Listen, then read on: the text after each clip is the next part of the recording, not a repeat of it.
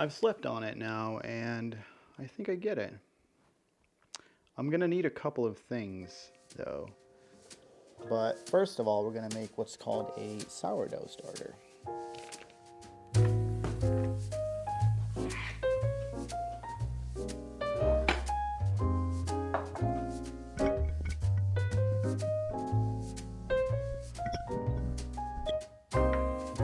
So just before we get started here, not to get anything twisted, this is not a tutorial by any means. This is simply me documenting my journey on learning how to make sourdough bread. I'm gonna do a mix of all-purpose flour and rye flour. 350 grams of all-purpose and 150 grams of rye.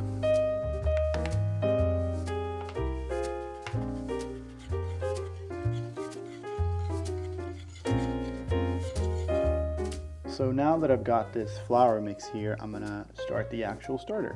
I'm gonna put 30 grams of this mix in here with 30 grams of water, and I'm gonna stir it up real well and let it sit for at least 24 hours. Which is good, because that leaves me plenty of time to start gathering all of the other things that I need.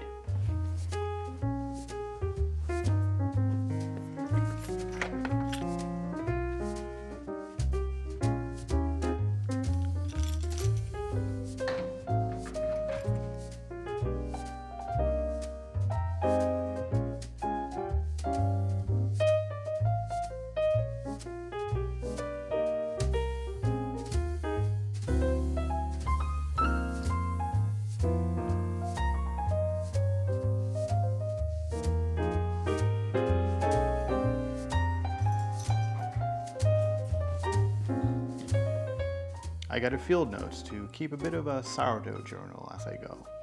I got something to dose out the flour with when baking, a food thermometer that I may or may not use, a dough scraper, a proofing basket, also known as a banneton, and last but certainly not least, a Dutch oven.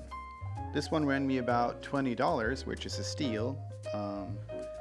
It did require a bit of elbow grease though.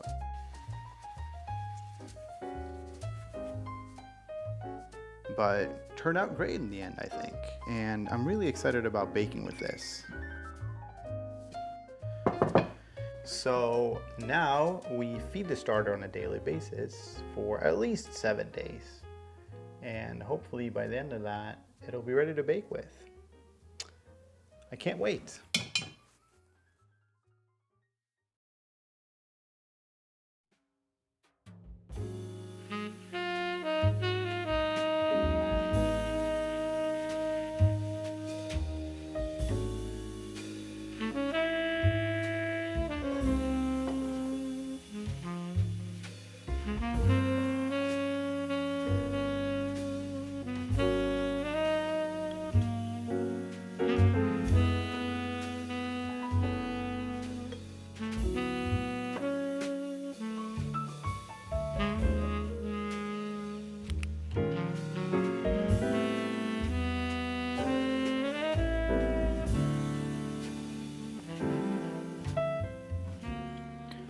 It is currently 1:45 a.m.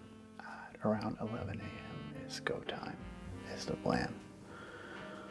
So what I'm gonna do now is feed the starter one last time, and hopefully by around 11 a.m. it'll be fully active and ready to bake with. It's been quite a journey so far, just getting the starter going, and now begins the sort of actual journey, which is exciting and terrifying at the same time. All right, feed this guy and then go to bed.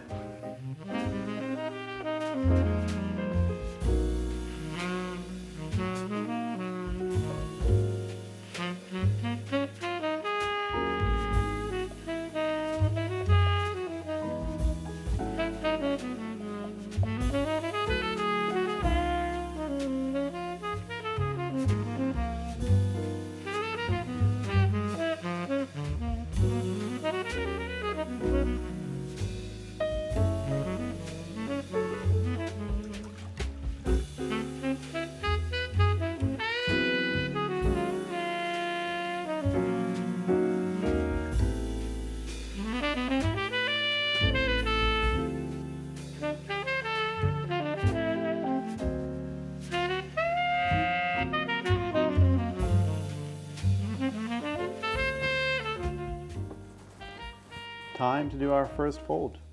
Wish me luck.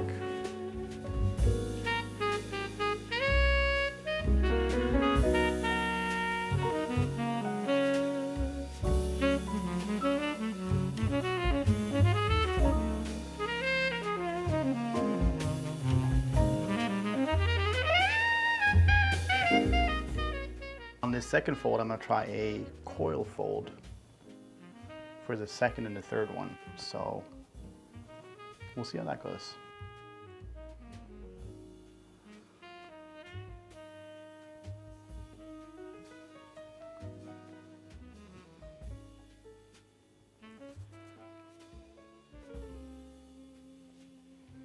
That went okay, I think.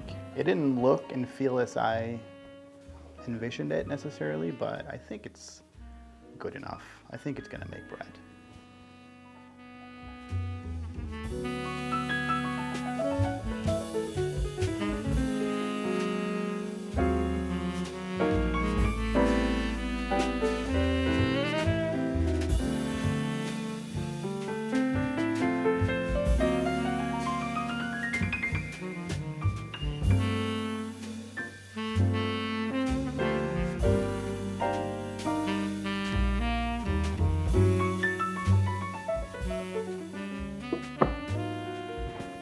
So, last fold is done. First fold went okay, I feel like. Second fold went a little worse. It still did what it was supposed to do, I think, but I was gonna do the coil, which means I pull up and like fold it over itself, but I sort of folded it backwards. I don't know why I did that. I knew I was supposed to fold it forwards, but I did it backwards. I don't know.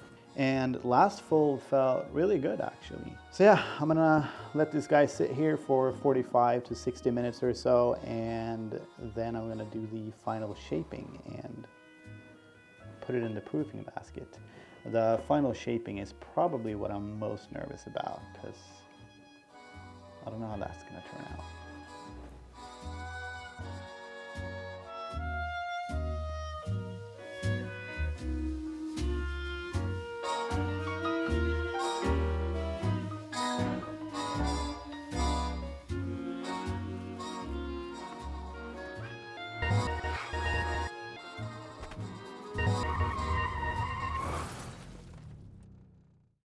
So what just happened? Well, I failed, and pretty miserably at that. I got it in my head that I didn't want to use that much flour, and I have no idea where that came from, because that makes no sense to me. It got sticky and messy and chaotic right away, and it was just not a good time. But I decided to bake it still, because I wanted to see what my very first loaf was going to turn into, even though I knew it was going to be bad. And bad it was. But I made another one the next day, and this one was still flat but edible, unlike the first one. So I made another one, and at this point I'm making progress, because it's nowhere near as flat anymore, but it's still not quite what I'm looking for. Still very good bread though. I'm gonna make one more go at it for now, and I've got one proofing in the oven now with the light turned on, that I'm gonna put in the fridge overnight here in a few minutes, and I'm gonna bake it tomorrow morning. And I'm actually hopeful about this one. So yeah.